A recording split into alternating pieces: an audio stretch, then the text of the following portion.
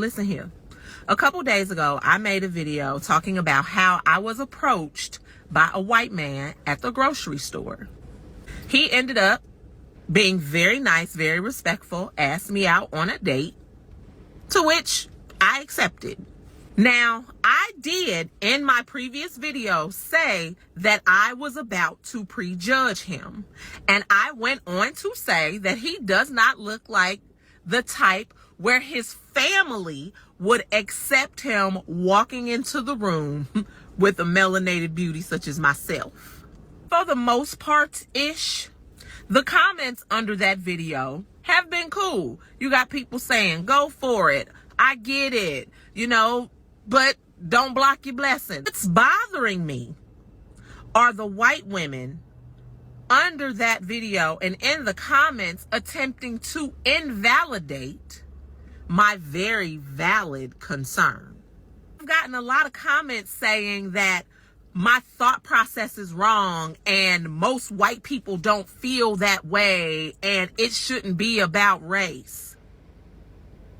Listen, I'll be the first to say that love is love. You can love whoever you want. You can date whoever you want. I don't care. However, this last election has proved that the vast majority of white people feel that way. But I had hope. I did. I had hope. I thought that this woman was going to cook and that she was going to be in a space where she added some value into the conversation. And let me tell you why. I seen the original video because somebody actually sent it to me. And so I checked it out. And it wasn't anything in there that I felt like was something that we needed to discuss because all she said was she was in a grocery store for the most part. Let me just give you all the synopsis. And what I like to do is that I always like to drop a link back to the person's profile in the description of the video because I always like to give credit regardless of whether I agree or not, right? So that link will be in the description. But I seen a lot of the original video because you guys sent it to me. It was basically her saying that she got approached by a white man inside of the grocery store and she liked him, but then she had apprehension in talking to him because she had a preference for basically black men, or that's what she was used to dating, and whatever, so on and so forth. So I'm like, oh, okay, that's cool, that's cute. All right, cool, keep it moving. Then I jump on and I check out another video that you guys sent me today, and then I scroll up because obviously I want to see what else is in the algorithm. And then I run into this, and I'm like, wait a minute, I seen a video from her yesterday of her basically describing how this guy and that she was whatever, so on and so forth. And I looked in the comments, and as she said, most people, or everybody that I saw in particular, was basically saying don't block your blessings. So all of that is true. But now she's upset at people that's telling her to not have any kind of reservations and to talk to the guy because the majority of white people are not racist and all of that. And then she uses that as weaponization to say don't invalidate my feelings, while at the same time using the past election to then justify, and so now we know that she's a part of the 92% that voted for Kamala Harris, to justify or to give her this mindset that the majority of white people are racist because Donald Trump then got elected. This guy is, listen, if he's still pursuing her, or he's still trying to talk to her, I'm already against the guys talking to women that talk about their dating experiences or the people that they're in a relationship with or going into details about how something went online and getting personal as far as the type of people that she's dealing with and all of that stuff. That's number one. I think that that's a huge red flag of women using men or people using people for content. That's number one. But number two, people are valid and disassociating themselves with a lot of the black women that voted for Kamala Harris because they already have these preconceived notions and they already have these trauma responses in their head because they believe that just because you voted for Donald Trump, and I didn't even know that this was going to become a political issue. I went into watching her video because I wanted to see whatever her follow-up was, but then when I seen the title and it said my feelings are valid, I'm like, interesting. So, for example, I'm a conservative. I voted for Donald Trump. I absolutely am excited at everything that he's doing, but did I do it because I'm racist? I know a lot of other people. I went to the inauguration right, in DC on January 20th. It was phenomenal. I also went to another conservative event.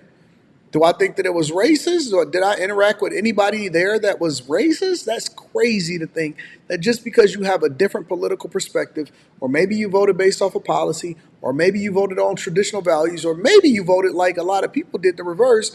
They didn't vote for Kamala Harris because they actually thought that she had the best policy or she was the best person to become president of the United States of America. They voted because they didn't like Trump. To automatically assume that the majority of people that are white that voted for Donald Trump is racist just because they voted for him is crazy. And that is one of the biggest red flags, and it shows you what you will be dealing with if you decide that you want to be a beta and still put yourself in this position to deal with this woman, regardless of whatever her perspectives are, because they are jaded, they are broken, and this is why they keep saying that their feelings are valid. They don't experience people based off of who they are. They automatically prejudge you, and then they validate it by saying, well, this is what y'all did in this last political election. Crazy, bro. Absolutely crazy. But let's see more of what she got to say. But if listening to my video, okay, and the first thing you do is to invalidate my concerns as a black woman about dating a white man,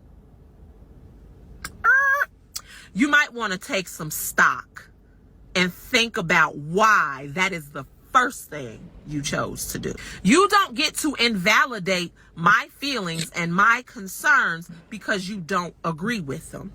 So what?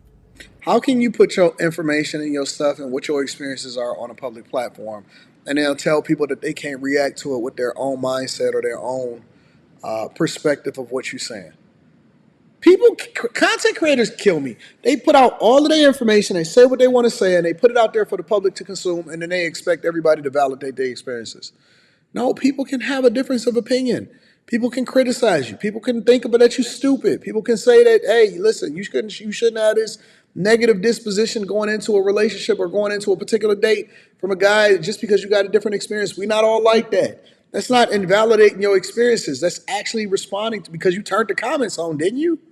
This is why a lot of guys are divesting themselves against these women, and black women in particular having much more difficulty than other races on finding a person, and why they then have to go outside of their race to date in the first place.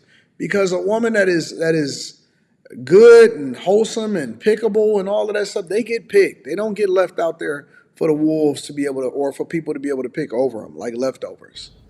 I am not you, and you damn sure can't be me. I 1,000,000% plan to go out with this gentleman. We have a date on Friday. I'm actually excited about it. He actually planned the entire date. So I'll be back to let y'all know how the date went.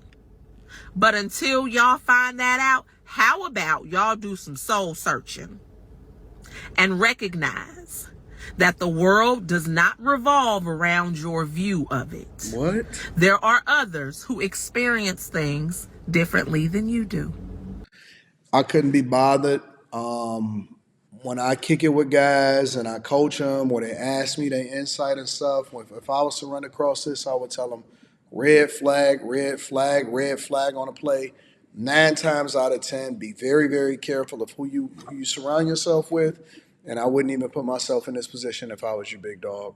Too much victim Olympics, too much racism talk, too much validate my feelings. Even if you did get involved in it long term, don't think for 1 second that you're not going to run into this as a problem in the future. Let me know what y'all think inside of the comments. Make sure y'all tap into the Patreon. Link is in the description. Also, Teach Hanley, 40% off your first order plus 20% off of life. I love you. I appreciate you. I'm going to holler at you guys later. Peace.